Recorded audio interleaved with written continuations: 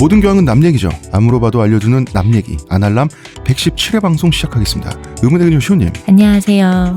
문화평론가 이동기 대표님. 안녕하십니까. 안녕하세요. 저는 작가 홍대선입니다. 인터넷 스타 페북 라이브를 지금 성공적으로 마친 인터넷 스타 글로벌 유튜버 아니 페북 라이버 뭐가 됐든 이제 글로벌 향해 간다. 대표님 그런 걸 저한테 시킬 때는 한 10분 전에 회의라도 좀 하고 꼭 카메라를 켜고 지금 라이브 중이라고 나한테 그러지 마세요. 지금 막 동남아 스네고개를 마치고 온 것 같아요. 그러니까 저기 이제 앞으로 홍 작가 내 다음 방송 영어로 해요. 좋다. 좋은 것 같아.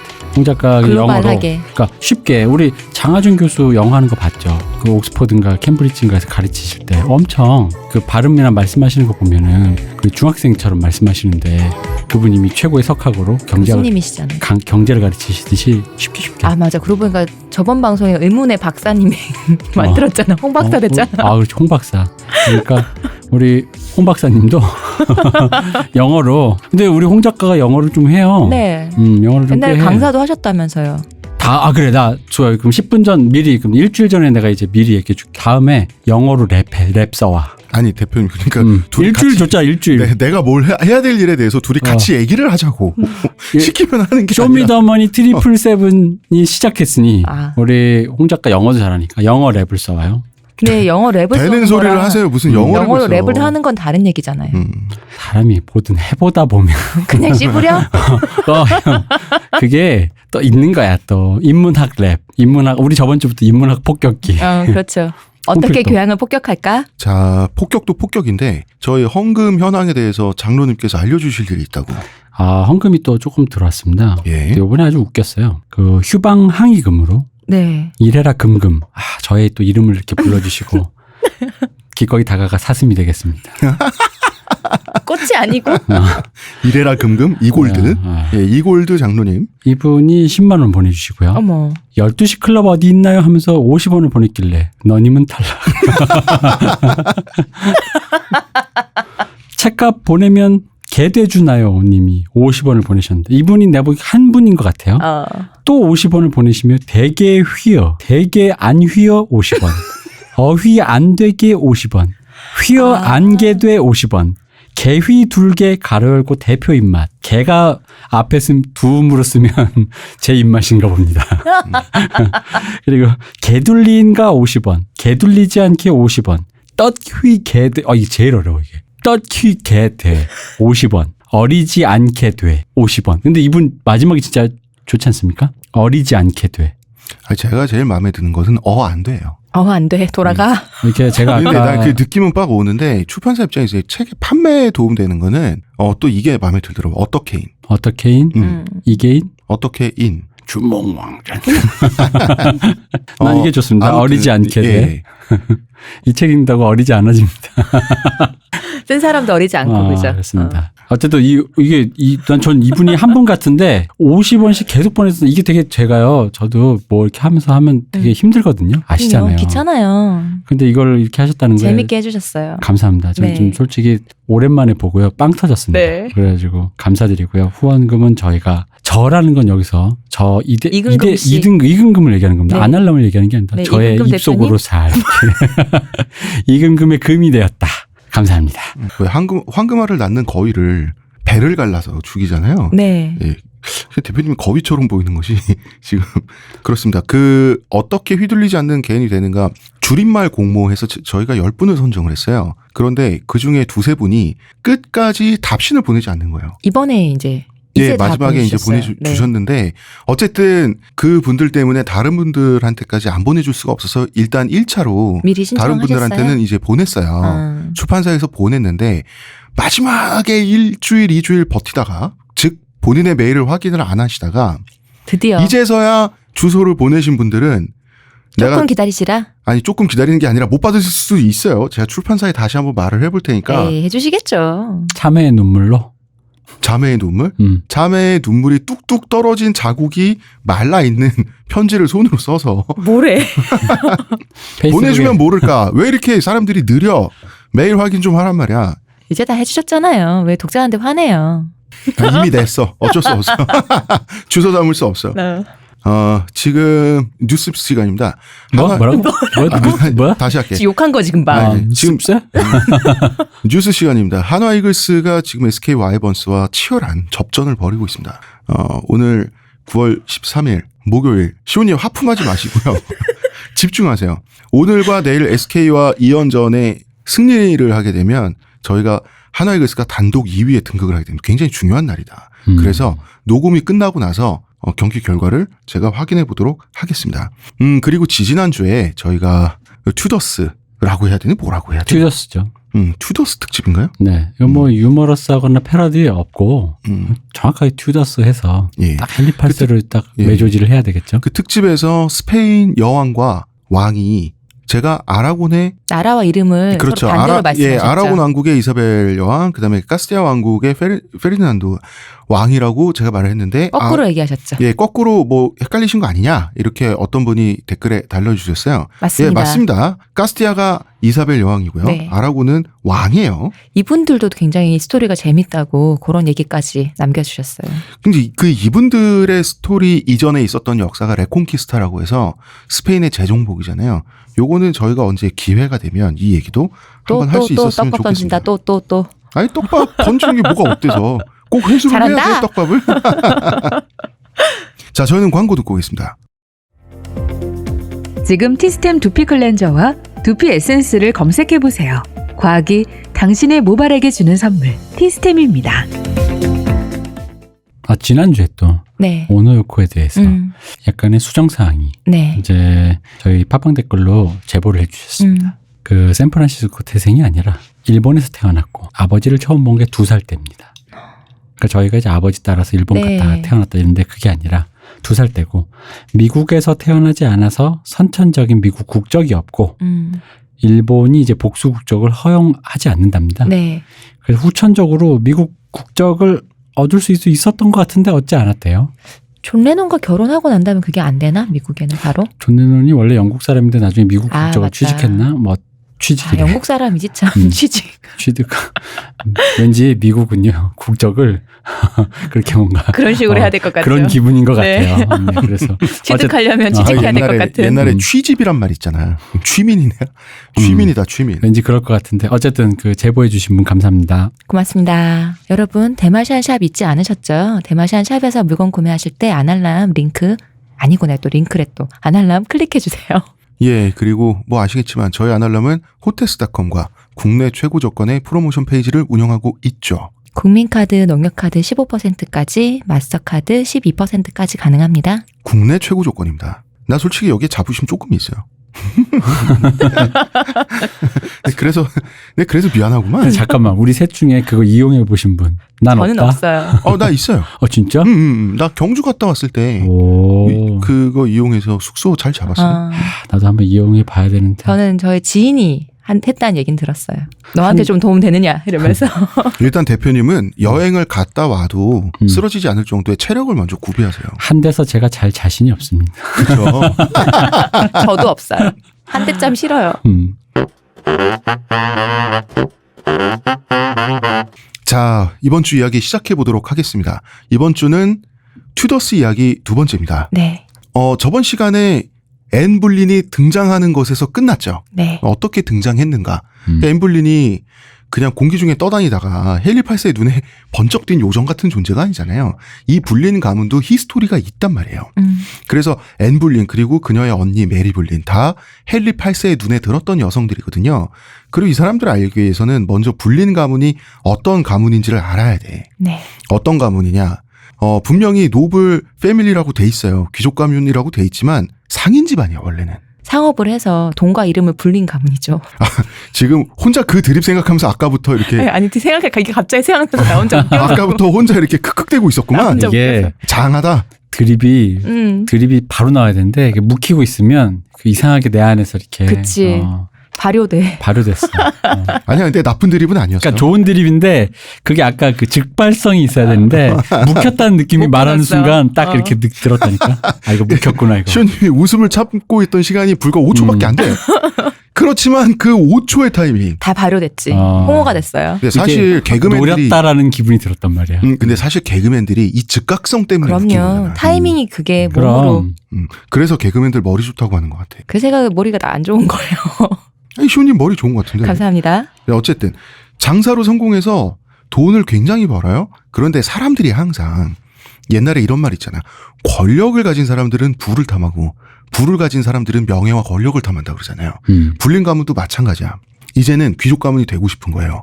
근데 귀족 가문이 되려면 돈이 많아야 되지. 그냥 조금 많아서는 안 된단 말이에요. 이 집안이 총 3번의 기회가 있었어요. 100년 전쟁 때 전쟁 특수를 제대로 누린 집안이에요.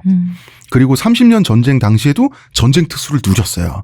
그리고 마지막으로 우리의 주인공이 헨리 8세잖아요. 이 아버지 헨리 7세가 중상전책을 시행해가지고 무역이나 장사나 이런 걸 많이 보호해줬잖아. 상업을 이렇게 중요하게 쓰는 그런 정책을 하면서 국내 무역을 많이 보호했잖아요. 여기에 또 딱 숟가락을 담가가지고 돈을 또 바짝 벌었어. 그래서 수완이 굉장히 좋은 집안이기도 했고 기회가 많았던 집안이기도 한데 사실 수완이 좋다는 얘기는 기회를 놓치지 않는 사람들이란 뜻이잖아. 돈을 벌면 버는 대로 결혼을 합니다. 결혼을 통해서 신분을 계속 쌓아나가요.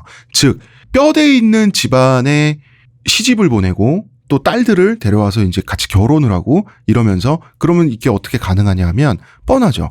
막대한 혼수를 주어가면서 딸을 시집할 때 지참금을 보내야 되니까. 그렇죠. 결혼의 대가가 막대한 혼수였던 거예요. 그리고 이런 집안 같은 경우에는 원래 지참금은 딸을 시집 보낼 때만 지참금을 주지만 그게 아니라 대단한 가문에서 딸을 데리고 올 때도 이런 상인 계급 가문에서는 돈을 바치죠. 이런 식으로 조금씩 신분을 올려왔던 집안이에요. 아, 이게 헨리 7세 입장에선 어쨌든 딸을 받으면 며느리로 뭐 이렇게 받으면 돈을 받았잖아요. 네. 근데 이분은 딸을 주면서도 그러니까 딸을 받으면서도 돈을 주고 그렇죠. 보내면서도 주고 받고 주고 이 사람 진짜 되게 상인 뭡니까 이거 되게 슬픈데 너무 슬픈 계급이잖아요 이거. 권력과 명예라는 것이. 아 이게 역시 쉽게 얻을 수가 없구나. 앤 불린의 아버지가 토머스 불린인데요. 네. 이 남자는 굉장히 머리도 좋고요. 야심가였어요. 이 사람은 하워드 가문에 장가를 가는데 엘리자베스 하워드란 여성과 결혼을 해요. 이 하워드 가문이 다름 아닌 노포크 공작 가문이에요. 공작가라고 하는 것은 왕과 바로 밑이죠. 네. 엄청나게 비싼 결혼을 한 거예요. 그럼 그렇다고 해서 토머스 불린도 대기족에 편입이 됐는가? 그렇진 않았어요. 이분의 그 방식은 무조건 와이로로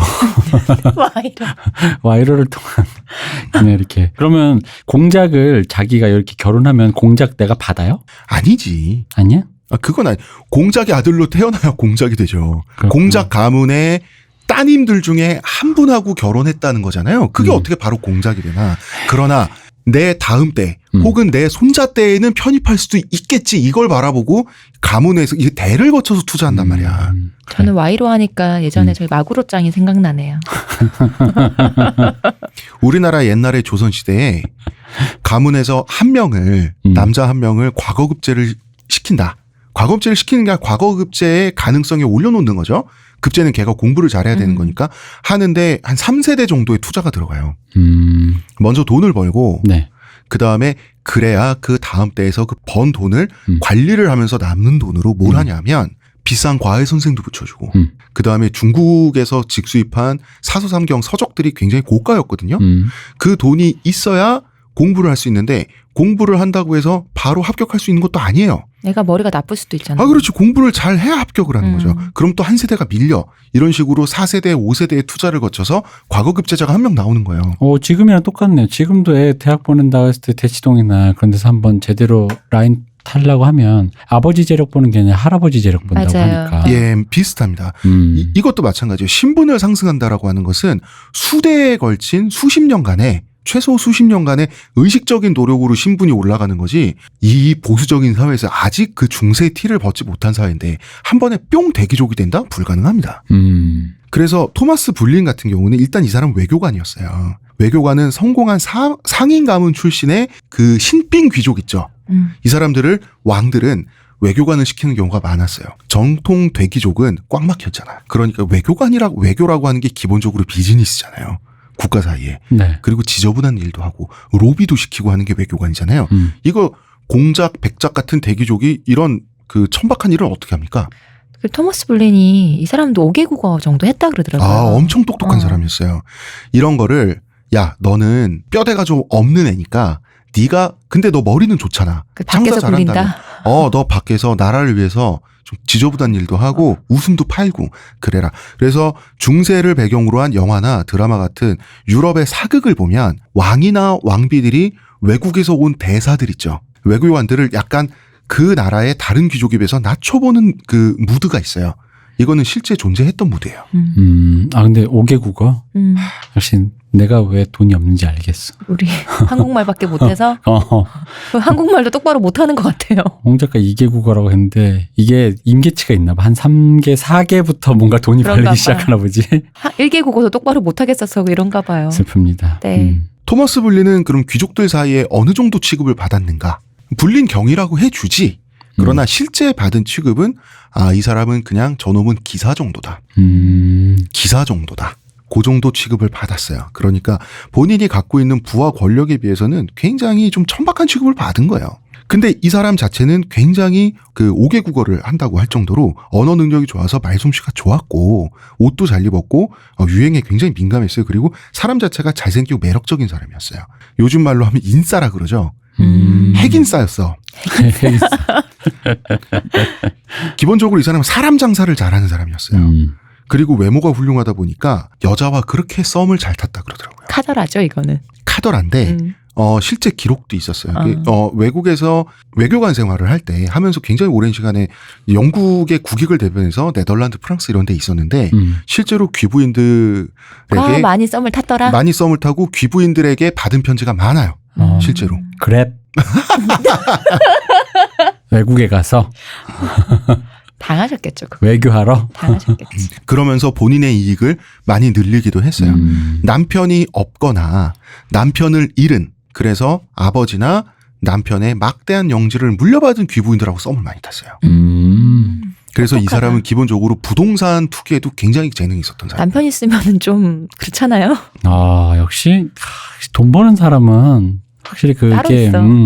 탁월한 게 있어. 자, 토머스 블린과 엘리자베스 하워드, 엘리자베스 블린이죠, 결혼하면. 네. 이 아이들의 얘기를 좀 해보겠습니다. 나도 남편 잃은 팟캐스터.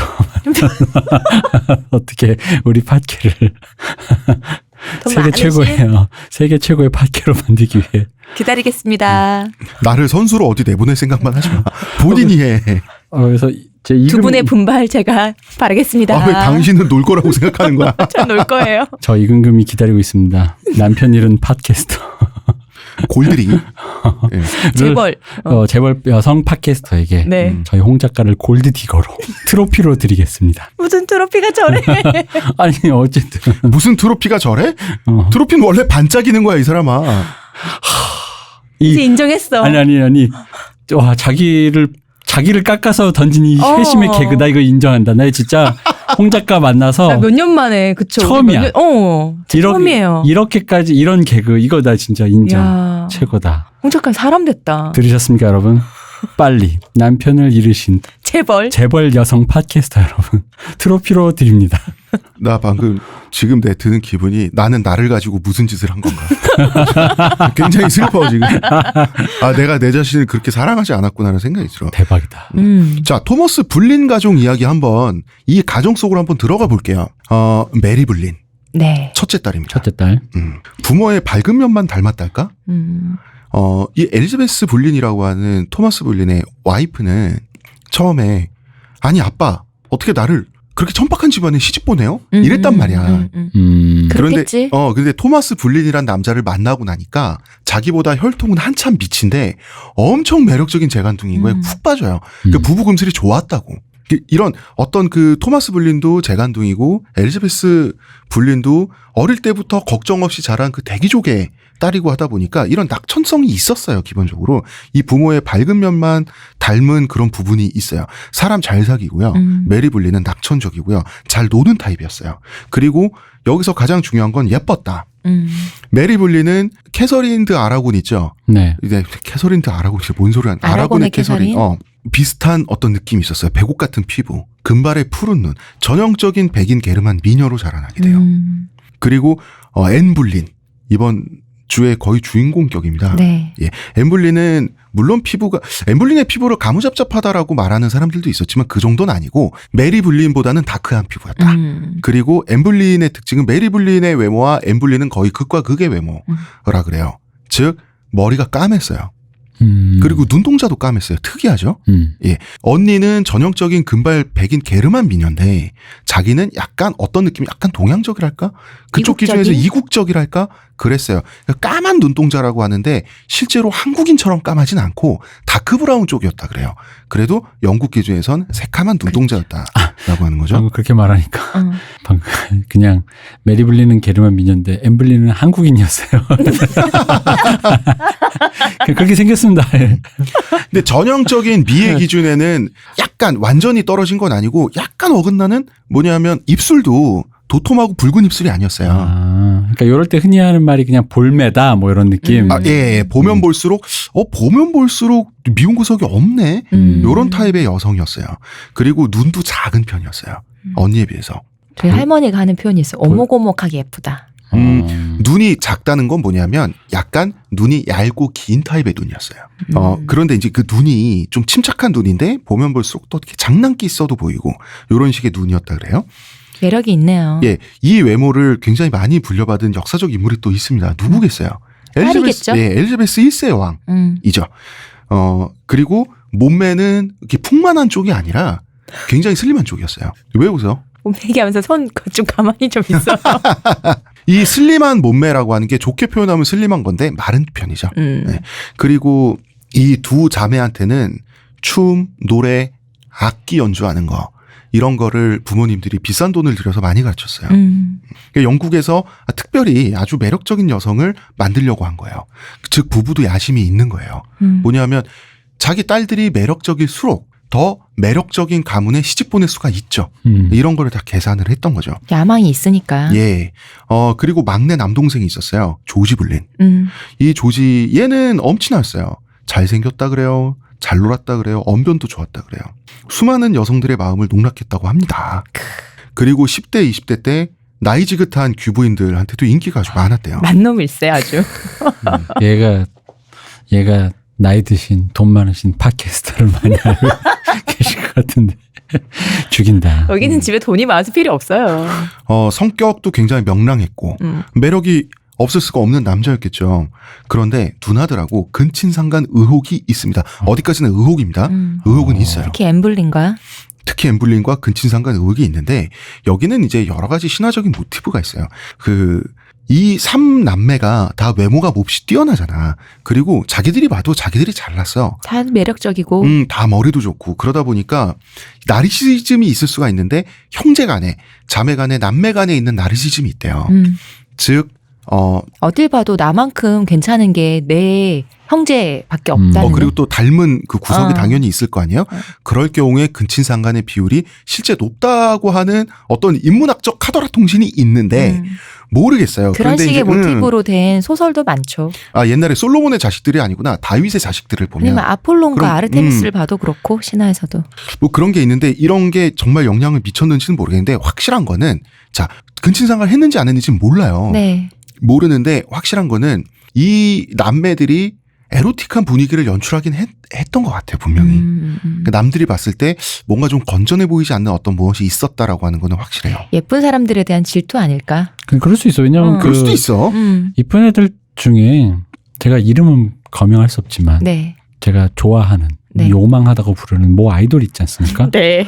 근데 이제 그분이 만약에 그런 비슷한 그분은 진짜 외모로 장난 아니죠. 자매 남매가 있다고 치면 그래서 그 둘이 그런 분위기를 그러니까 안 하는데 그런 분위기를 풍기는데 그렇게 남매가 계속 동네로 왔다 갔다 한다면 둘은 아무 일이 없어도 그 보기에 그래 보일 수 있어요. 왠지 요망해 보이는. 실제로 그런 거 있지 않나요? 남매나 이런 거 말고 왜 직장 생활 하다 보면은요. 그냥 친할 뿐인 이성인 동료들 있잖아요. 근데 어느 한쪽 외모가 둘 다 괜찮든지 한쪽 외모가 괜찮으면은 괜히 주변에서 약간 그런 눈으로 보는 거. 그런 것도 있고 아름다운 존재는 그 자체로 가만히 있어도 에로틱하기도 해. 그래요? 난 그렇다고 생각해요. 아직 그런 걸 못 봐서. 아니 정말로. 그런 존재를 못 봐서 제가. 예쁘구나 하고 집에 가야지. 잘생겼다 하고 집에 가기 싫다. 그러니까 큰일 납니다. 아무튼 이 부부 돈 많은 부부잖아요. 자식 교육에 많은 투자했어요. 돈 굉장히 많이 썼고요. 아들은 외교관으로 키우려고 그랬지. 딸들은 최고의 신부감으로 키우려고 했는데 문제가 있습니다. 사실 메리가 언니일 가능성이 99%이긴 해. 그게 계속 얘기가 많았는데. 사실 역사가들이 다 정리했어. 정말 99.99%야. 그런데 확실한 증거는 없어. 왜냐하면 주민등록증이 있는 것도 아니고 문제는 영어에서는 서로 시스터니까. 서로 시스터 브라더라고 부르지 형 오빠 이런 단어가 없잖아요. 뭐 굳이 자매- 엘더 이런 식으로 붙이질 그치, 않으니까요. 서로 그냥 시스터 브라더라고 부르지. 그렇잖아요. 한자로도 자매라고 했을 때 자와 매가 자가 언니고 매는 여동생이잖아. 이런 구분이 영어에는 없다 보니까 그런데 또 여기에는 이제 정확하지 않은 부분이 있어요. 엠블린의 나이가 1501년부터 1507년 사이로 중구난방으로 사실은 모호해요. 이게 메리가 첫째인 게 확실한 이거는 나중에 되면 이제 앤도 죽고 이게 메리도 죽고 조지도 죽었을 때 근데 메리의 아들 중에서 한 아들이 이 집안의 재산에 대해서 자기가 장남이라고 소유권을 주장하는 게 문서가 발견이 돼요. 그치. 자기가 장녀의 장남이다. 그러니까 그렇다면 장남의 소유권을 하려면 그렇다면 메리가 첫째여야 되는 거죠. 그래서 그리고 그럴 것이다. 그리고 이제 그 문서에서 주장한 바를 당대의 법원이나 사람들이 다 인정했어.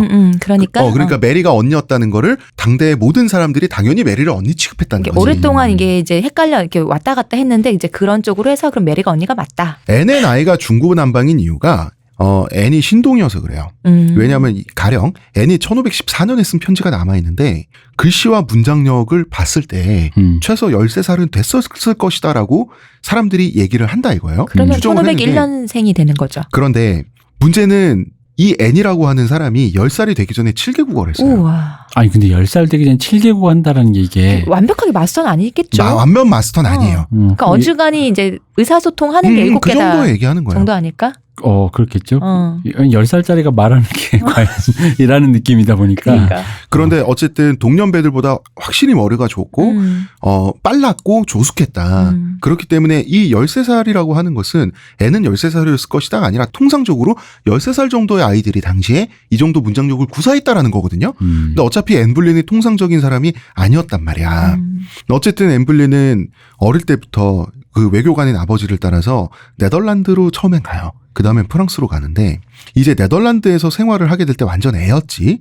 당시에 신성 로마 제국 공주 마가렛 공주라고 있었어요. 본인이 직접 네덜란드를 통치하지 않았지만 형식적인 통치권자였어 당시에 네덜란드에. 이 마가렛 공주의 후견을 받는 어린애가 돼요. 애니. 애니. 후견을 받게 된 게 그 토마스 불린이 마가렛 공주를 유혹했어요. 아버지 여러모로 능력이 좋으시다. 근데 우리 아버지가 나가서 우리 엄마 놔두고 유혹하는 건 나쁘지만 이렇게 해서 집안이 일어서면 이게 패밀리 비즈니스로 약간 나쁘지는 않은 거. 근데 그 말씀하신 그걸 정말로 불린 가문에서는 했어요. 이 패밀리 정말로 패밀리 비즈니스였어요, 이게. 그 애들한테 창피하고 뭐 이런 게 아니라 그 당연시하는 분위기의 집안이었어요. 근데 이때는 불린뿐 아니에요. 불린 가문뿐 아니라 다른 가문들도 이런 식으로 애들을 이렇게 한다든지 본인이 한다든지 해서 하는 게 이상하지도 않고 우리 저번 시간에 그때 왜 30년대 50년대 당대 기류처럼 그런 식으로 해서라도 가문의 이름을 높이고 올라가는 게 이상한 때가 아니었거든요. 잠시 돌아가신 저희 아버지가 생각이 나서 너무 대쪽 같으셔서 어머님만 아셨군요. 지금 원망하시는 거예요? 약간 그런 마음이 나 솔직히 그런 마음이 지나갔다. 아니, 대표님의 말씀만 들으면 대표님의 아버님께서 무슨 유슬림의 이맘 같으셔. 나름 화목한 집안인데 네. 왠지 원망스러운 건 이 기분은 뭐지? 그런 걸. 앤볼리는 마가렛 공주에게 엄청나게 사랑받았습니다. 어느 정도냐면 마가렛 공주가 자기가 소유한 공작 부인의 자규가 있잖아요. 이걸 앤한테 물려주려고 그랬어요. 이 애가 너무 이쁜 거야. 그런데 12살이라는 나이 제한이 있었어요. 이게 뭐냐면 당시 유럽에서 통상적으로 여성이 한 12살 정도는 넘어가야 소녀나 처녀 정도가 되는 거야. 그 전에는 애인 거야. 자기를 못 받는 거야. 최소 레이디라고 불리려면 12살 이상이어야 된다. 그렇죠. 그래서 뜻을 이루지 못하니까 앤에게 별명을 붙여줬는데 그 별명이 뿌띠불린. 필요 없어. 자기도 안 주는데 일단 별명 필요 없어. 이 공주님이 앤을 얼마나 사랑했냐면 토마스한테 이런 말을 했어요. 당신이 내게 와준 것보다 이 아이를 내게 보내준 것이 너한테 더 감사할 지경이다. 아빠 좀 시원찮으셨나? 그러니까. 이거 돌려간 거 아니야?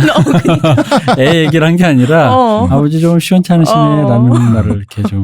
아니면 처음엔 즐겼는데 나중에 시원찮아졌을 수도 있고 여기서 알 수 있는 건 어쨌든 앤이 자기보다 이렇게 굉장히 힘이 있고 권위 있는 어른들 있죠. 사랑을 받을 줄 아는 아이였다는 거지. 굉장히 이쁜 짓을 잘했겠죠. 워낙 머리도 좋은 사람이고. 근데 이 집안은 어떤 집안이냐면 뜻을 이루기 위해서 이 토마스 블린이 하는 걸 보면은 딱 패턴이 있어요. 먼저 매력을 동원해요. 먼저 사람을 유혹합니다. 그 다음에 안 되잖아. 그럼 뇌물을 써요. 그래도 안 되면 음모를 꿉니다. 아, 그래도 음모를 먼저 꾸미지 않는다는 게 훌륭하네요. 아니, 그러니까 머리 좋은 장사꾼 집안인 거예요. 가지고 있는 일단은 가지고 있는 걸 써보고 최대한 써보고 안 되면 하는 수 없지. 설계다 이런 거잖아. 이 말 듣고 또 좌절했다. 왜요? 일단 매력을 동원한다는데 매력 왜 없지? 그다음 뇌물 쓴다. 돈이 또 없어. 뇌물을 줄 돈이 안 되면 음모를 꾸민다는데 간땡이가 작아가지고 개쪽 같으신 분이라 음모를 꾸밀 수가 없어. 텄네 텄어. 눈동자에 힘이 있어요. 이렇게 유혹하는 거예요. 슬프다. 이 말을 들으니까 왜 그래서- 내가 이 모양인가? 그래서 대표님, 우리 같은 사람을 위해서 옛날에 조선시대는 재웅이란 게 있었잖아요. 그게 뭐예요? 지푸라기로 사람 모양 만들어가지고. 바늘 꽂는 거. 그치. 그거 할 수 있잖아. 어떻게 이렇게 세 가지가 다 없냐? 제가 방송하면서 제가 군생활 할 때 8사단 오뚜기 부대 얘기한 적이 있었나요? 우리가 훈련할 때 오뚜기 부대한테 너무 많이 모의 훈련할 때 당해가지고 우리가 분해가지고 그 아이디어를 부끄럽게도 제가 냈습니다. 오뚜기 만들어서 찔렀어요? 예. 근데 그 원래 재웅을 만들 때 팔다리를 만들어야 되는데 오뚜기는 팔다리 없잖아요. 오뚜기 부대 그 마크대로 만드는데 너무 만들기가 편한 거야. 그치. 그 왜 그 군대에서 제초 작업을 하고 나면 무슨 그 제초한 결과물을 분리수거하는 것도 아니고 한 켠에 쌓아두잖아 그냥. 그죠? 예. 그러면은 얘들이 이제 누렇게 떠서 마르잖아. 그 잡초들이. 그거 가지고 이제 오뚜기 재웅을 만들었어요. 그래가지고 그 대검으로 푹푹 찔러가면서 오뚜기 부대 8사단 새끼들 다 죽어라 막 이러고 있었는데 이 두 가지 부끄러운 게 있습니다. 하나는 우리 부대에서 그 아이디어를 제가 냈다는 것이고요. 두 번째는 스트레스가 조금 풀렸답니다. 부끄러워. 아, 오뚜기 부대 장병들 정말 전투 잘하더라고요. 어떻게 그렇게 잘하지? 근데 세계적인 부대긴 해요. 아니, 우리 오사단이 그렇게 못나진 않아요. 아, 제 눈빛 느꼈어요? 이렇게 쳐다만 봤는데 느꼈어? 모의 훈련 전패했습니다. 제 군생활 기간 동안에. 그리고 저는요, 오뚜기 부대 장병들한테 포로로 잡혀서 포승줄에 묶여서 그 포로 행군도 한 적이 있습니다. 아, 진짜요? 예. 치욕적이군. 아니, 제목 만들만 하네. 그러네. 그러다가 제가 돌불에 걸려서 넘어졌어요. 네. 그 이렇게 세워주면 덧나나? 그 내가 꼭 일어나야 돼? 아니, 포로인데 왜 이렇게 줘야 돼? 그럼. 어쨌든 네. 자, 이때 언니인 메리는 따로 영국에서 따로 자랐어요. 엄마가 키웠어요. 딸은 아빠가 데리고 다니고. 아니, 둘 다 딸이잖아요. 아, 그렇지. 둘째 딸은 아빠가 데리고 다니고 첫째 이랬어요. 딸은 엄마랑 있고. 난 이것도 포트폴리오라고 봐요. 첫째 딸은 영국의 권력자들한테 인사시키고 그다음에 둘째 외국의 딸은? 권력자들한테는 둘째 딸을 인사시키고 난 분명 이 집안 자체가 그런 집안이거든. 자, 그러다가 1514년이 되면 네. 어떤 일이 벌어지냐면 헨리 8세가 그렇게 싫어하는 프랑스의 왕 루이 12세에게 자기 여동생 메리를 시집 보내기로 결정을 해요. 이때 루이 12세는 아마 52쯤 먹었을 거고 자기 여동생이 메리 튜더는 18살밖에 안 됐었어요. 그리고 세 번째 부인으로 시집 보내는 너무 거야. 심한 정략 결혼을 시킨 거지. 그치. 근데 프랑스하고 영국이 앙숙인데 왜 시집을 보내냐. 거꾸로 생각해야 돼. 앙숙이기 때문에 결혼을 해야 되는 거예요. 그래야지 맞아요. 서로 안심하고 뒤통수 안심하고 잠잘 수 있단 친구는 말이에요. 가까이, 적은 더 가까이. 맞습니다. 이때 당연히 이런 그 최고의 신부가 여왕이 되는 신부잖아요. 신부 혼자만 가는 게 아니라 당연히 시녀들이 따라갑니다. 그렇죠. 가서 수발해야지. 이때 많은 유럽가들이 자기 딸을 프랑스에 보내고 싶어 하죠. 이게 전에도 우리가 한번 얘기했지만 우리나라랑 다른 게 우리는 시녀나 이런 궁녀는 있는 집 자식들이 하는 거 아니잖아요. 근데 이쪽 영국이나 프랑스는 그렇지 않죠. 그거는 우리나라나 중국이 당시에 관료제가 완비돼 있었기 때문이기도 다르니까. 해요. 왜냐? 상궁이나 이런 궁녀들 있죠. 전부 다 공무원이잖아요. 공무원이에요. 다 고소득 전문직이에요. 그런데 이런 월급 체계란 게 없어. 당시에 영국이나 프랑스에는. 여기는 그런 시녀로 가는 게 무슨 발판이니까. 그렇죠. 어떤 발판이냐면 이런 것도 있습니다. 일단 딸들의 입장에서는 부모님의 인맥이나 힘으로 자기를 프랑스 궁궐 구경시켜주면 너무 좋은 거죠. 딸의 프랑스 그때 입장에서. 최첨단 문화를 달리는 그런 만족, 그 어. 유행과 화장과 복식과 유럽의 음악과. 힙스터들이 모여 있는 곳이잖아. 그렇지. 거기 가서 시녀로 가면은 거기 유럽에 가장 잘 나간다는 날라리들은 남자애들도 거기 다 와 있어. 얼마나 가고 싶어. 에티켓도 배워오고. 그치. 근데 부모님의 입장에서는 프랑스식 궁정문화 유행을 경험시킨다? 딸에게 그럼 딸의 몸값이 높아지죠. 그렇죠. 더 비싼 신부가 되는 거예요. 어차피 결혼은 당시에 다 정략결혼 장사였단 말이야. 그러니까 다 남당 장사예요. 이때 그 토마스 분리는 수완을 또 발휘해가지고 한 명도 아니고 메리 앤 자기 두 딸을 모두 메리 튜더의 시녀로. 그렇죠. 이걸 꽂아 네. 넣는데 성공을 하는 거예요. 이렇게 해서 떨어져서 자라던 두 자매가 프랑스에서 만나게 되는 거죠. 메리 튜더 공주님의 시녀로. 그런데 이게 역사라는 게 참 재밌는 게 뜻대로 되는 건 하나도 없어. 루이 12세가 메리 튜더랑 결혼한 지 3개월 만에 사망했어요. 네. 결혼한 지 3개월 만에 사망했다는 건 어떤 것이 의심스럽군요. 독살려? 아닙니다. 보통 이렇게 남성에게 최고의 죽음이라고 하는. 뭔가요? 자다 죽는 거 아닌가요? 잠깐만. 자다가 약간 지금 뉘앙스가 문제가 있는 거 아닌가요? 그렇죠. 자다 죽는 거 맞네요. 아, 그렇군요. 네. 3개월 만에 세상에. 네. 어린 신부를 맞아서. 근데 이 메리가 굉장한 미녀였대요. 이 메리 튜더가. 더 의심스러워. 전 유럽이 자자할 정도로 미녀였대요. 얼마나 가기 싫었겠어요. 근데 자기 동생 때문에 억지로 시집을 가게 된 거예요. 팔려나간 거지. 이 메리에 대해서 말하자면 그러고 나서 이제 청산 과부가 됐잖아. 3개월 만에. 헨리 8세는 자기 형제인데 자기 남매인데 안 됐잖아. 그래가지고 이제 남편이 죽고 나서 다시 영국에 불러들인 다음에 자기 친한 친구와 재혼을 시켜요. 그것도 말이 여러 개가 있어요. 그러니까 한 두 가지 정도가 있는데 처음에 그러니까 메리가 너무 결혼하기 싫었어. 근데 좋아하는 사람이 사실 있었다는 거야. 정략 결혼을 하고 했으니까 혹시 만약에 자기가 남편이 죽고 나면은 그때는 내가 다시 정략 결혼하지 않는다. 그거를 결혼 조건으로 헨리 8세한테 해서 결혼했다는 얘기도 있고 이게 먼저 이제 죽고 난 다음에 프랑스와 1세가 등극을 하잖아요. 근데 이 프랑스와 1세가 메리 튜더를 도와서 좋아하던 그 남자가 결혼을 하게 했는데 헨리는 외려 노발대발했다는 거야. 둘이 좋아하는 걸 이미 알고 있었는데 결혼 못하게 하려고 그 남자한테 결혼하지 않을 거란 서약서까지 받았는데도 불구하고 둘이 몰래 결혼을 해갖고 지금 시온님 이런 얘기도 있어요. 예, 그런 얘기도 있는데 지금 시온님 말씀하신 게 청취자 여러분들한테 잠깐 풀어서 설명드릴게 무슨 얘기냐면 루이 12세가 죽고 나서 이제 씨가 마른 거야. 왜냐면 아들을 못 낳고 죽었단 말이야. 그래서 그 가까운 친척인 프랑스와 1세가 젊은 왕으로서 새로 네. 등극을 하게 돼요. 그리고 이 프랑스와 1세는 영국의 헨리 8세와 동년배고 둘이 성격도 비슷해가지고 서로 경쟁심을 많이 느꼈다고. 그래서 프랑스와 1세와 헨리 8세와 이 두 사람과 이리저리 얽혀있는 여성들도 많아지게 되는 거예요. 이렇게 이해를 하시면 돼요. 그래서 당연히 메리와 함께 출발한 그 시녀 그룹이 있을 거 아니에요. 네. 그러니까 해산돼야 그래서 되잖아. 와야 될 거 아니야. 그러면은 토마스 분리 입장에서 어떻게 들여보낸 프랑스 궁정인데. 그렇지. 응? 그렇지 맞아. 뱃삭도 아직 못 건졌겠구만. 아니 3개월로 뭘 배워. 그래서 토마스는 수완을 또 발휘해서 두 딸을 궁정에 남게 해요. 그러면은 새로 등극한 왕이 프랑스와 1세라 그랬죠. 네. 이 프랑스와 1세의 정비, 왕비가 끌로드였단 말이야. 끌로드의 시녀로 프랑스에 남기게 만들어요. 자, 그래서 프랑스와 1세는 바람둥이였는데 자기 왕비랑만 자진 않을 거 아닙니까? 자기 주변에 어떤 여성들이 있나 이렇게 쓱 서칭을 했는데 끌로드 왕비 걸어다닐 때 뒤에서 치마폭 붙잡고 따라가는 시녀들 있잖아. 그쵸. 그중에 쟨 누구지? 눈에 띈 거예요. 누가? 메리가. 앤보다 눈에 먼저 띈 게 메리였어요. 자, 여러분 메리가 지금 두 분이 등장을 하고 있는데 메리 튜더는 영국의 왕 헨리 8세 헨리 튜더의 여동생입니다.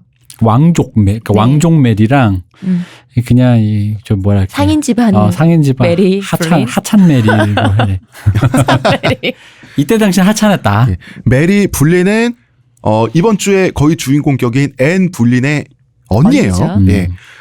앤보다 먼저 띈 건 메리였어요. 프랑스와 1세는 기사도에 심취한 사람이에요. 우리 이 사람 얘기 사실 전에 했었어요. 우리 스위스 용병 특집, 독일 용병 란츠크네흐트 특집 얘기할 때 프랑스와 1세가 어떻게 나왔냐면 파비아 전투에서 네. 카를 5세랑 싸우는데 신성 로마 제국 황제 타이틀을 놓고 싸우는 전쟁에서 프랑스와 1세가 졌어요. 지는 와중에 스위스 용병의 감동을 먹었잖아요. 졌지만 감동받은. 젖잘싸. 졌지만 잘 싸웠다. 이게 뭐냐면 스위스 용병이 이제 유행이 지났음을 증명하는 전투가 파비아 전투였어요. 란츠크네흐트의 전술이 훨씬 신식이었고 우월했단 말이야. 그런데 스위스 용병들은 우리의 값어치가 떨어졌구나. 우리의 시대는 졌다. 그러나 우리의 충성심이라도 증명을 해서 우리 후손들을 먹여 살리자. 계약은 지키는 사람들이니까. 그래서 프랑스와 1세 앞에서 주군이여 전쟁은 졌지만 우리는 목숨으로 돈값을 하는 전사들이라 이러고 옥수의 투쟁을 해서 다 죽어버리죠. 이걸 보고 프랑스와 1세가 감동을 먹어서 스위스 용병의 충실한 단골 고객이 됩니다. 평생. 아니 카를 5세가 스위스 용병의 시대는 끝났다는 거를 란츠크네르트들을 가지고 보여줬는데 거기서 거꾸로 감동을 먹어서 스위스 용병을 계속 쓰게 돼요. 이 프랑스와 1세가 약간 이런 성향의 사람이었어요. 바로 이런 성격 때문에 헨리 8세와 자웅을 겨뤘습니다. 비슷해요, 진짜. 기사도 심취하고 이런 거. 둘이 맞수였어. 나이도 비슷하고 호전적이고. 그리고 뭐 어떤 걸로 싸웠냐면 뭐야 헨리 8세 수염이 나보다 벌써 더 길었다고? 그럼 수염 자라는 약 막 그 턱에 발라가지고 이런 걸로 싸웠어요, 진짜로. 그러니까 제가 저번 주에 헨리 7세 빙의에서 네. 그 관점으로 이 자식들을 보고 자식의 친구까지 지금 보게 된 거잖아요. 아버지들이 왜 한숨을 쉬는지 알 것 같아. 아버지가 빠지게 일해가 놨더니 돈 벌어놨더니. 그러니까 아빠는 어떤 거냐면 헨리 8세가 뭘로 유명하냐면 하루에 말 10匹를 갈아치우면서 사냥을 할 정도로 말을 정력적으로 오래 잘 탈 수 있었다. 그러면 프랑스와 1세는 이런 식이에요. 오늘 말 11필 준비해. 요런 걸로 싸우면서 그러니까 아빠가 평생 아끼고 돈 모아서 건물 세워놨더니 이놈 새끼 뭐 할레이 데이비슨 한 10대 사가지고 갈아타면서 그러니까. 무슨 뭐 경기도 종주를 하겠다느니 뭐 이런 거 하고 있는 걸 보고 있는 마음이 무덤에서 아저씨가 일어날 것 같은. 근데 그 친구가 옆에서 뿜뿜하는 거야. 같이 만난 친구인데 비슷비슷한 것들끼리. 걔 어떻게 했냐 그랬더니 용병이 죽어가는 걸 보고 그러니까 프랑스 용병이 스위스 용병이 그냥 다 됐네. 아빠는 그렇게 생각하는데 아들이 그걸 보고 그 아들 친구가 눈물 흘리는 걸 보면서 이게 가성비 떨어지는 짓을 하고 있는 걸 볼 때 그 마음이 있잖아. 답답한 아버지. 답답하지. 헨리 8세가 아라곤의 캐서린을 보고 반했을 때 전형적인 금발 게르만 그 신화적인 모습에 네. 꽂혔던 것처럼 프랑스와 1세도 마찬가지였어요. 프랑스와 1세는 그 중세 게르만 서사시에 나오는 그 주인공 영웅처럼 생기지 않았어요. 주인공 영웅은 당연히 금발에 푸른 눈에 그 창백한 피부에 장검을 휘두르고 있어야 되잖아. 프랑스와 1세는 흑발이었어요. 피부도 조금 피부색도 진했고 자기가 이제 그 전형적인 게르만 신화 속의 영웅이 아닌데 메리가 게르만 신화의 서사시적인 미녀다 보니까 로망이 원래 생기잖아. 아름다우니까요. 게다가 또 예쁘니까. 그래서 메리는 이제 프랑스와 1세는 메리를 굉장히 좀 속된 표현을 쓰면 건드리죠. 건드려서 총애했죠. 네. 총애랄까요? 어쨌든 처음에 굉장히 메리에 꽂혀요. 애정했죠. 그래서 메리는 프랑스와 1세의 정부가 돼요. 자 여기서 메리는 아까 그 헨리 8세의 메리 동생 블린이죠. 메리 공주가 아니라 네. 앤의 언니인 메리 블린. 하찮은 메리입니다. 저희가 성풍속사에서 메트레 상티뜨를 얘기를 했었잖아요. 네. 네. 왕의 제1정부, 네. 공식 정부. 그럼 메리가 메트레 상티뜨르가 됐는가 아니었어요. 메트레 상티뜨르는 자타가 공인한 제1정부이자 누구도 함부로 올려다볼 수 있는 이건 왕만의 것이야. 그런데 프랑스와는 메리를 그렇게 무겁게 여기질 않았어요. 그 진짜 메테레 상티뜨르는 1인지와 만인지상 느낌이 있는 지위인 거잖아요. 그래서 여자 영의적 느낌이야. 프랑스와 1세가 메리를 부른 별명이 내 전용 마차. 이거 갑자기 그 옳지 않은 기분이 드는데 그 의도가 충분히 반영된 언어입니까? 아니면 그냥 내가 한국인 아재라서 그런 느낌을 받는 겁니까? 충분히 반영된 거죠. 말이에요. 그 전용 마차, 그 영어로부터 헤크니라고 하는 그 승용마란 뜻도 있어요. 네. 그러니까 요즘 말로 하면 내 자가용이다 약간 이런 말이고 잉글랜드산 암말 이렇게도 불렀어요. 근데 사실 프랑스와 1세도 여성에게 그렇게 예의 바른 인간은 아니란 걸 알 수가 있지. 왜냐면 굳이 이렇게까지 표현할 필요가 있을까? 이게 근데 자기 이때 애인인데. 외려 이 사람들 지위들이 높잖아요. 네. 근데 그래서 이렇게 지위 높은 사람들끼리인데도 불구하고 외려 이렇게 저속한 말로 부르는 게 좀 유행이랄까? 스웩? 좀 그런 느낌. 헨리 8세도 그랬었거든요. 그 라틴어로 모든 창녀 중 가장 수치스러운 전륜한 창녀라고 부르기도 했어요. 이런 말도 했습니다. 메리는 펀투라이드 타고 놀기 좋다라는 굉장히 좀 어떻게 보면 저속하고 어떻게 보면 저속하죠. 좀 그런 말을 하기도 근데 했는데 일부러 그렇게 했다고 하더라고요. 일부러라고 근데 일부러도 그런 게 아끼고 총애하고 예뻐서 더 말하자면 좀 서로 흥분하려고 요새도 왜 트래시 토크라고 하는 그런 식으로 이렇게 말했을 수도 있지만 메리 자체가 사실 굉장히 많은 남자들하고 편하게 개방적으로 자기도 했어요. 메리가 좀 요즘 말로 하면 좀 노는 언니? 그러니까 왕하고만 잤다라고 하면 사실 평판 관리하긴 좋지. 이게 뭐냐면 만약에 메리가 동생 앤하고 성격이 비슷했다면 프랑스와 1세만 상대했을 것 같아요. 그러면 값어치가 올라가겠지. 사실 옳지 않은 말이지만 이런 말을 하는 이유가 뭐냐면 전통적인 남성적인 세계관에서 사실 요즘 기준으로는 아니 내가 많은 남자랑 개방적으로 잘 자기 건 본인 마음이잖아. 근데 요즘 기준도 나는 아니, 과연 그렇지. 근데 싶지만. 당시에는 요즘에서도 그러면은 사실 뭐 해프다 뭐 이런 식으로 그 값어치를 쳐주지 않을 비속하는데 하는데 옛날에는 더 그러지. 그렇죠. 전통적인 관념에서. 그러니까 본인의 몸값이라고 해야 되나? 네. 별로 불편한 표현이긴 하지만 당시에 정치적으로 올바르지 않으니까 당시가. 본인의 몸값, 본인의 평판 관리는 그렇게 잘하는 사람은 아니었다. 그러니까 메리가 낙천적이라는 거지. 노는 거 좋아하고. 당시 귀족들이 주고받은 편지를 보면 뭐 일반 병사하고도 잤다. 오늘만 산다. 그렇네요. 오늘만 날. 욜로네. 약간 요런 굉장히 예쁘고 화려한 노는 언니였다. 그랬기 때문에 값싼 취급을 받기도 했다. 메리는 아무나 잘 수 있는 여자다라고 하면 메트레 상티띠르로 막 이렇게 꾸며주고 아껴주고 이렇게 위로 올려주고 싶은 마음이 프랑스와 1세 입장에서 안 드는 거죠. 그래서 메리는 함부로 뒹군다라는 소문이 프랑스를 넘어서 도보 해협을 거쳐서 영국까지 상륙을 해서 토마스 엘리자베스 불린 부부의 귀까지 들어오게 되는 거예요. 난 이미 배우라는 건 안 배우고 너무 개방적으로 사신다더라. 이래서야 가문의 평판이 떨어질 판이죠. 그런데 두 사람도 알지. 프랑스 궁정이 어떤 데인지. 그래서 프랑스 궁정에서 야 너는 돌아와라. 이래서 영국으로 다시 이제 불러내가지고 딱 단속을 해요. 시골 동네로 딱 내려보내가지고.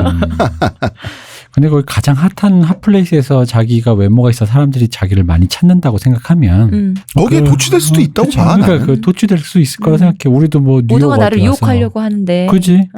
뉴욕 어디 가서 내가 뭐 이렇게 좀 외모가 좀 돼. 한창 때 주드로. 네. 필동님화 되기 전에 주드로였다고 생각하는데 뉴욕에서 또 사는데 좀 타입이 달라요. 왜? 그렇게 해주자. 아니 주드로는 이렇게 쭉 다 없어지고 있거든요. 그냥 필동이처럼 이렇게 그렇게 해주자. 전체적으로 그런 게 아니고. 트로피를 줄 거라니까. 아 맞다. 최대한 빛나는 뽐내. 트로피. 하여간 그런 사람들이 막 자기한테 그렇게 막 그러면은 나래도 앞날보다는 약간 취할 것 같아. 난 이미 여기에 인싸라는 생각이 드니까 뭐랄까 더 이상 올라가고 자시고가 아니라 그냥 지금 이미 순간을 즐기고 싶잖아요. 이미 다 그런 됐다는 느낌. 생각 안 들을까요? 그리고 여러분 메리 불린 네. 그 검색을 해서 이분의 초상화가 있어요. 보시면 아 낙천적인 언니구나. 바로 그 느낌이 있어요. 앤 불린하고 달라. 앤 불린은 좀 더 조심스러운 얼굴이에요. 이 사람은 자기 속을 숨길 줄 아는 얼굴이구나가 있다면 메리 불린은 되게 희낙낙한 어떤 그 밝은 해피헤어라고 하는 그 특유의 무드가 있어요. 분명히 성격이 이 두 자매가 극과 극이었다고. 그렇지만 애는 놔뒀습니다. 나쁜 소문이 없으니까. 그럼 더 배워와야지. 그쵸. 근데 메리를 단속한 이유에는 역시 아심가적인 면모가 있는 게 사람들이 메리와 관련된 지저분한 소문을 잊을 때쯤에 이제 리뉴얼해서 영국 궁정에 거의 이제 뉴페이스로 데뷔시킬 수도 있는 거예요. 아, 그 평판이 이미 그렇게 됐는데도 그게 리뉴얼이 가능한 건가? 그런가 봐요. 그리고 궁정이 다르잖아. 아니 그래도 난 그럴 수 있다고 생각해요. 이미 거기 핫한 데서 이미 확 소문이 이렇게 돌았는데 어쨌든 바다 건너잖아. 바다 건너잖아, 대표님. 역시 SNS가 없던 시절이라 그런가. 근데 왜 프랑스에서 이렇게 프랑스 궁정 경험을 미래의 신부감들한테 네. 시키는 것이 중요했는가? 먼저 제가 아마 성풍속사를 얘기하면서 예전에 갈랑트리 얘기를 한번 했던 적이 있었을 거예요. 네. 갈랑트리는 뭐냐면 그냥 직역을 하면 껄떡대는 법, 껄떡대기. 썸 타는 법. 그런 거예요. 자, 요즘 의미의 연애와 사랑이라는 거는 당시에는 생업에서 자유로운 상류층만의 특권이에요. 그렇죠. 귀족은 일을 하지 않아야 귀족이니까. 그렇죠. 남는 시간에 뭘 하겠어. 빈부격차가 심하면 부자들이 남는 시간에 연애하는 거지. 부자들이 자기 장신구를 과시하기 위해서 일부러 목이 아플 정도로 머리에 가발을 크게 해갖고 가발을 크게 한다든가 이런 식으로 자기 있는 걸 과시하려고 하는 게 그 인간의 본능인데 네. 연애도 과시였어요. 연애도 특권이다 보니까. 그러니까 연애라는 특권도 최대한 과시하기 위해서 남녀가 서로 썸 타고 껄떡대고 서로 그다음에 왜 플러트 하는 거 있죠. 그걸 뭐라 그래? 플러팅. 플러팅하고 이런 모든 걸 통칭하는 이런 기술부터 태도까지 요거를 갈랑트리라고 했단 말이야. 이 갈랑트리 유행의 최전선이 바로 프랑스 궁정이었어요. 그래서 프랑스 궁정에서는 여자들은 여자들만의 예법을 배운다. 자, 갈랑트리는 보통 남자들이 하는 거예요. 껄떡대는 거니까 갈랑트리를 유도하고 갈랑트리를 받아치고 받아내는 거 있죠. 그거는 또 여성들의 예법이었다. 에티켓이었단 말이야. 남자들이 하는 갈랑트리를 유혹하는 건데 유혹하도록 만드는 것이 여자들의 그렇죠. 갈랑트리였다는 거죠. 이 두 자매는 프랑스에서 궁정 예법을 배웠는데 나 말 떠듬거리는 거 봐.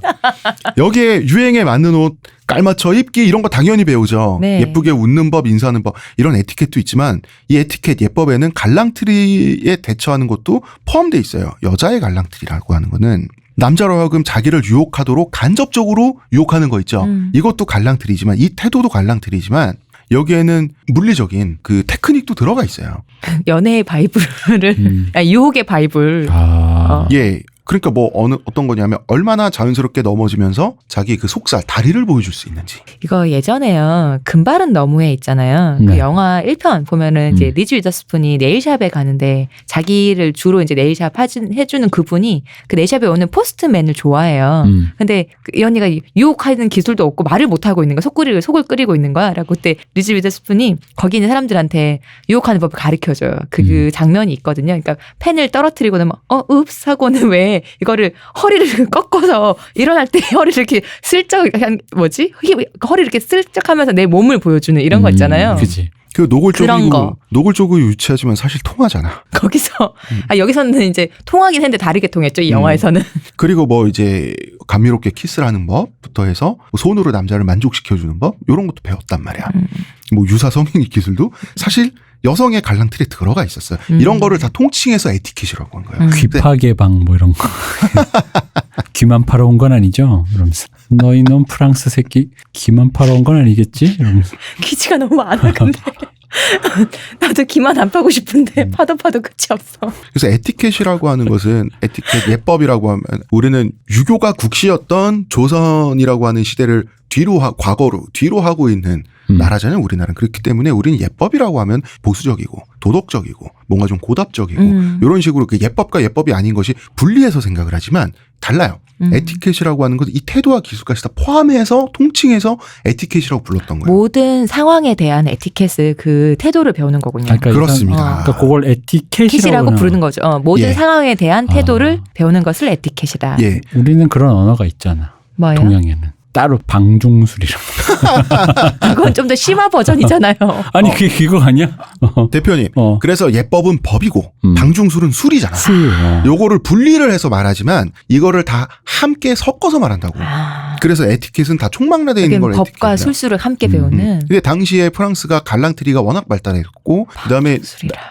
말이 좋아 갈랑트리가 발달했지 프랑스 궁중이 다시 말하면 그거는 굉장히 적나라하고 문란했다라고도 볼 수 있는 거거든요. 그래서 이곳에서 배운 에티켓이라고 하는 것은 굉장히 많은 노골적인 것도 포함하고 있었다. 아마 영국 농담일 건데 그 우스갯소리 있어요. 아주 예전에 뭐 이런 궁정에 영국에서 사신이 프랑스로 갔는데 프랑스에서는 여자들이 속옷을 입지 않는다는 거예요. 근데 어떤 시녀가 이렇게 걷다가 탁 넘어졌는데 정말로 속옷을 입지 않고 있었던 거야.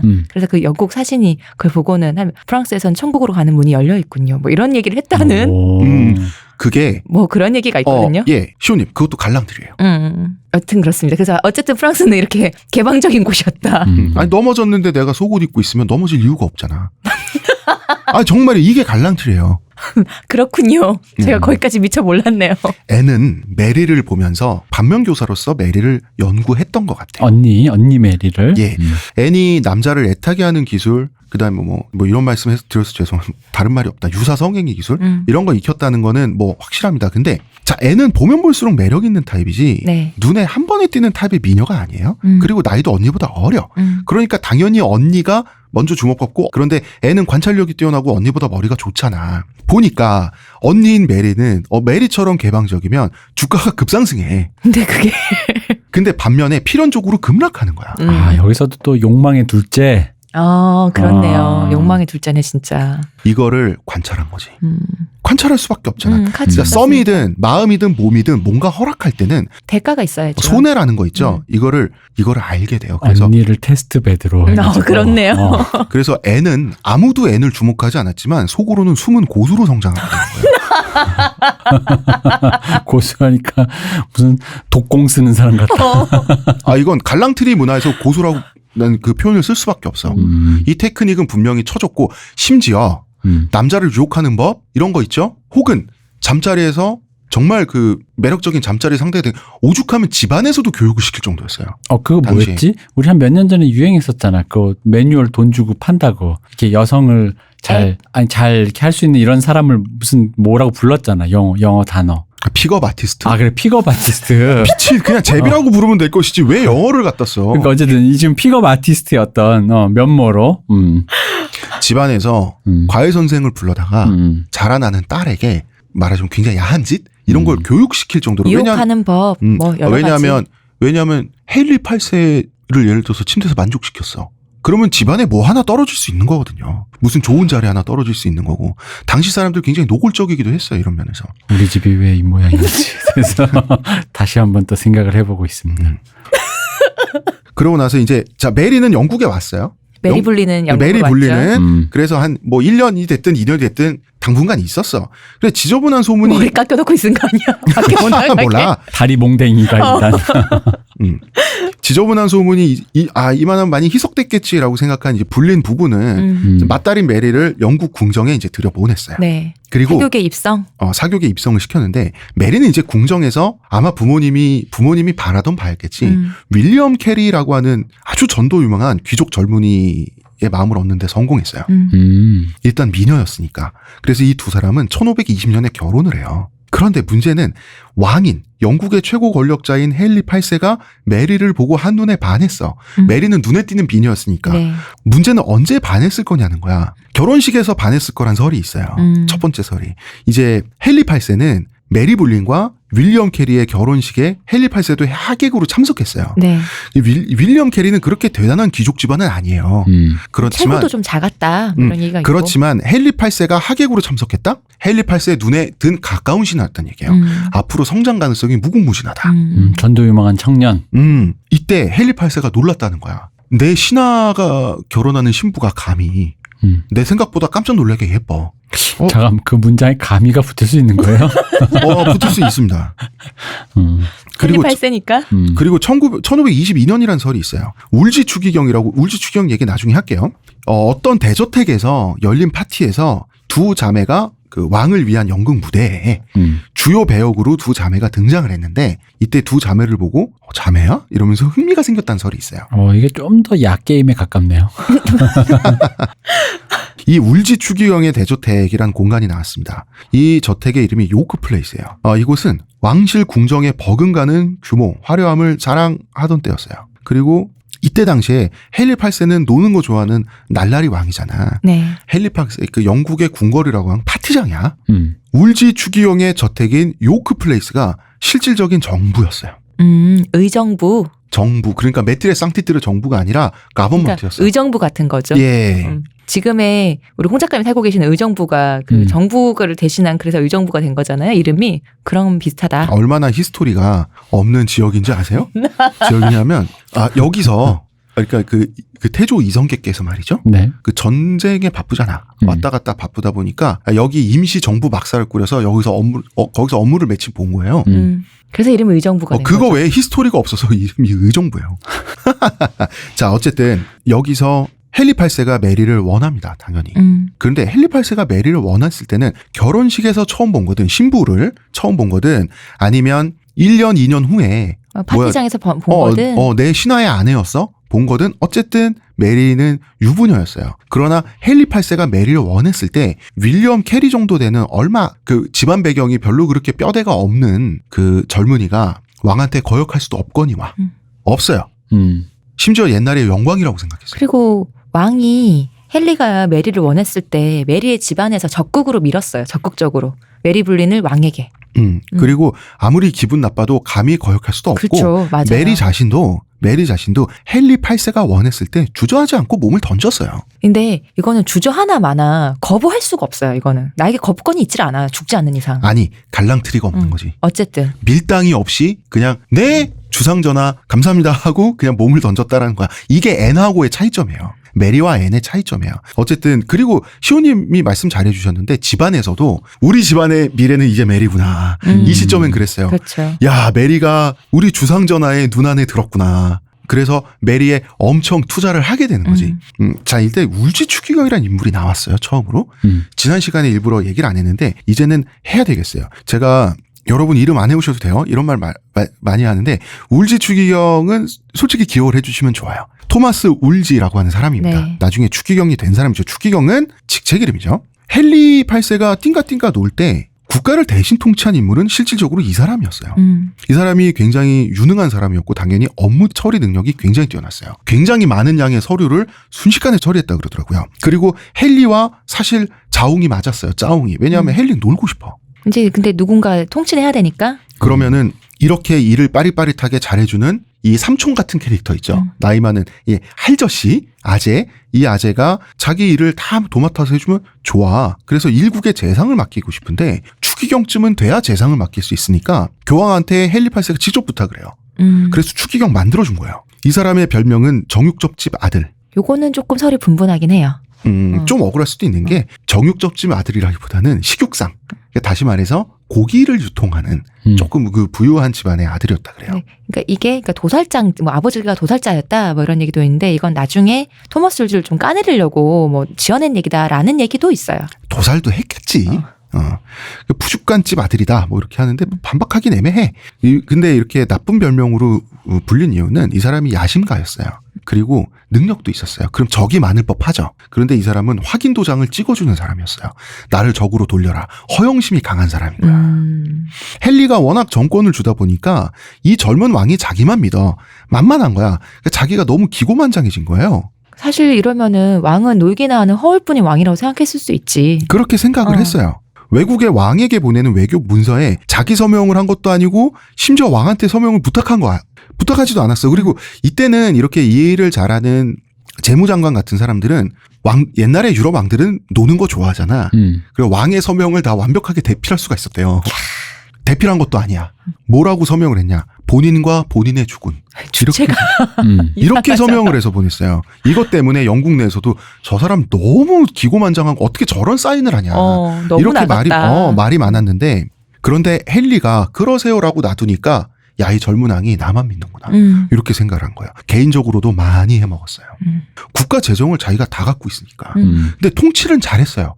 잘했지만 허영심이나 부정부패를 안 하는 사람도 아닌 거야. 그러니까 나라를 위해서도 열심히 일을 했지만 자기도 해먹어야 되겠는 거야. 둘 다 열심히 되게 열심히 사는 사람이었네요. 그러니까 이제 배울 점이 많네요. 국익과 사익을 일치시키려고 한 사람인 거지. 하인이 400명이 있었어요. 개인 직속 사제 있죠. 네. 자기가 추기경이니까 자기가 직접 월급 주는 사제가 16명이 있었어요. 개인용 합창단을 거느렸습니다. 자기 돈으로 대학교를 세웠어요. 진짜 장난 아니다, 그죠? 얼마나 그리고 이 자기가 돈을 착복하기 위해서 수많은 수도원을 꼬투리 잡아서 약탈하고 수탈했습니다. 그래서 돈이 그냥 나오는 게 아니죠. 자기가 찍는 게 아니니까. 그야말로 무소불위의 권력이에요. 수도원을 수탈한다는 것은 수도원이 원래 농노들을 수탈하죠. 중세 백성들을 수도원이 수탈하잖아. 그리고 수도원이 땅이 어마어마하게 많잖아요. 어마어마하지. 그러면 수탈해서 수도원은 어디에 돈을 바칩니다? 교황청에 돈을 바쳐요. 그렇죠. 수도원은 교황청에 돈을 바치는데 왕이 나는 뭐 없나 이러고 있으니까 또 왕한테도 가가 돼 있어. 이걸 자기가 다 먹은 거야. 그야말로 무소불위의 권력을 휘둘렀어요. 그래서 로드 챈슬러라는 직책에 올라요. 이거는 영국의 사법권을 독점하는 엄청난 직책이에요. 요즘 우리 치면 대법관이다라고 번역이 되는데 대법관이 아니에요. 우리나라 대법관 여러 명이죠. 네. 로드 챈슬러는 한 명이에요. 대법관 여러 명이 다 합쳐진 역할을 로드 챈슬러 혼자 하는 거예요. 검찰총장 플러스 대법원장. 플러스 하나뿐인 대법관 플러스 사법부의 수장 누구죠? 그 사법부 장관. 법무장관. 법무부 장관의 역할까지 로드 챈슬러가 하는 거예요. 여기다가 로마에서 교황청의 영국 사절 특사로 임명을 해요. 그러니까 영국에서 교황을 대변하는 거야. 이러면 영국의 실질적인 통치자란 말이야. 기긴 하네요, 진짜. 그렇죠. 근데 네. 우리 요즘에 최근에 밝혀진 얘기들에 의하면 이황 선생도 네. 노비가 거의 한 360여 명? 400여 명에 육박했다고 하는데 한 나라를 떡주무르듯이 주무른 이 양반이 하인이 400명이란 건 한국이 생각보다 나라 크기에 비해 스케일이 크다. 왜냐면 이황 선생은 이렇게 떡 주무른 것도 아니고 맞아. 요즘으로 하면 제야 고수처럼 맞아. 내려가셔서 혼자. 노. 노비라고 하는 것은 옛날에 외거 노비가 있고 솔거 노비가 있습니다. 네. 솔거 노비는 집안에서 그 허드렛 일 해주고 이제 모으시는 노비들이 있고 그러니까 집안에서 상주하는 노비가 그렇습니다. 있고 출퇴근하는 노비가 있고. 예, 그렇습니다. 출퇴근하는 노비가 있고 외거 노비는 주인하고 얼굴 볼 일이 없어. 외거 노비는 중세 농노 비슷한 그런 거예요. 그런데 그 여기 말하는 울지 추기경의 하인 400명은 본인이 사는 그 집 있죠. 요크플레이스 그 저택 안에 인원을 말하는 거예요. 그 조금 달라요. 상주 노비다. 그렇죠. 이 사람이 갖고 있는 영지와 그다음에 이 사람의 직속으로 이 사람이 관리하는 수도원이나 여기에 소속된 그 땅에 매여 있는 농노들이 있을 거 아닙니까? 이거는 당연히 수만 명 단위죠. 이왕 선생 다시 죄송합니다. 의문의 일패를. 이왕 선생 내가 저기 그 조선시대 지금 도끼처럼 만들어 드리려고 그래서 지금 한번 시도했는데 실패했다. 저희의 빛나는 트로피가 막았어요. 그리고 울지 추기경. 자, 여러분 교황 밑에 추기경이죠? 당연히. 그다음에 네. 대주교, 주교 이런 식으로 내려가는데 추기경은 보통 그 권력은 왕보다는 아니지만 권력은 왕보다 훨씬 적지만 왕 정도의 예우를 받았어요. 예. 왜냐하면 교황은 황제급이니까. 네. 그죠? 예. 예상은 했겠지만 이 사람 처자식 다 있었어요. 그렇겠죠. 정식 부인만 아니야. 그럼 할수 없죠. 형식적으로 추기경이기 때문에 결혼할 수 없잖아. 아. 이게 그렇지만 사제잖아요. 근데 실질적인 처자식 다 있었어요. 그리고 이제 울지는 자기가 영국을 차지했다라고 생각한 거예요. 그렇게 생각할 만해요. 이거는. 울지 선생님 아니 울지 추기경님은 전생을 몇 번 구한 거, 전생에 나라를 몇 번 구한 거야. 그러게요. 대단한데. 울지의 야심은 여기서 끝나지 않았습니다. 울지의 목표는 이제 토마스 울지는 교황이 되고 싶어요. 이해해요. 내 위에 갈 수 있는 게 사실 왕이 될 수는 있진 않잖아요. 남은 게 교황인데. 그런데 보통 유럽을 대륙과 섬으로 나눌 때 섬에는 영국도 포함되지만 사실 덴마크, 스웨덴, 노르웨이도 섬은 아니고 연결됐지만 섬 취급을 받거든요. 이 섬 출신의 교황이 있어요? 없어요. 교황 다 대륙에서 나왔어요. 지금까지 최초의 섬 출신, 비대륙 출신 교황이 되고자 했어요. 토마스 울지는 막대한 현금으로 교황청 사람들을 매수했어요. 그리고 이런 말까지 합니다. 자기를 다음 교황으로 선임하지 않으면 영국을 카톨릭 동맹에서 이탈시키겠다. 이때 왜? 이때는 유럽 대륙은 종교전쟁 중이었단 말이야. 그러니까 그 교황청에서는 고민스럽지. 영국을 카톨릭 동맹에서 남겨놓기 위해서 이 사람한테 다음 교황 자리를 줄 수도 있겠다라는 생각을 실제로 교황청은 하게 돼요. 그리고 영국 교황청은 이 사람이 영국의 수도원 그다음에 영국의 농노들을 수탈해서 헨리 몰라요. 왕은 놀고 있어요. 수탈한 돈이 어디로 가냐? 바티칸으로 가요. 바티칸에 기름칠을 하는 거야. 자기 사람 만들고 교황이 되기 위해서. 그렇죠. 교황이 되기 위해서. 이렇게 됐었어요. 우리가 울지 얘기를 왜 이렇게 길게 하냐. 첫 번째, 우리가 이제 2부에서 내일 이야기할 앤 불린과 울지가 연관이 돼 있습니다. 네. 울지 얘기가 그것도 있고, 두 번째는 결국 토마스 울지와 울지 추기경과 앞으로 영국의 절대 권력자가 실질적인 절대 권력자가 되는 헨리 8세는 충돌할 수밖에 없어요. 그러니까 이 얘기가 왜 드리냐면 왜냐면 이거 역사 얘기지 치정극에 국한된 얘기가 아니거든. 저희 아날람의 특성상 이게 이제 보통은 이런 거잖아요. 그냥 애니 너무 이뻐 죽을 것 같아가지고 헨리 8세 미쳐가지고 눈이 돌아가고 목 자른 다음에 이렇게 뭐 얘랑 결혼하고 뭐 혹은 뭐 이렇게 해가지고 종교도 바꾸고 이혼 안 된다니까 이혼 안 되면 꺼져 나 이제 카톨릭 안 믿을 거야. 약간 이런 너무 단순한 얘기로 돼 있는데 사실 세상 모든 일이 그래도 여기도 왕실인데 네. 국가 단위의 이렇게 큰 나라에 국가 단위로 사고하는 사람들인데 그게 되겠습니까? 실제로는 그게 아니라 어떤 이후에 깔려있는 얘기를 위해서 울지가 이제 거기 원래 핵심인데 이 울지 얘기를 어린이 학습 만화에 그리기 시작하는 순간 네. 너무 이제 복잡해지고 어른의 사정이 너무 많이 나오잖아요. 그렇지. 그냥 부패한 나쁜 아저씨예요. 그런 식으로 보면. 그렇죠. 어린이 학습 만화에서 울지는 맞아.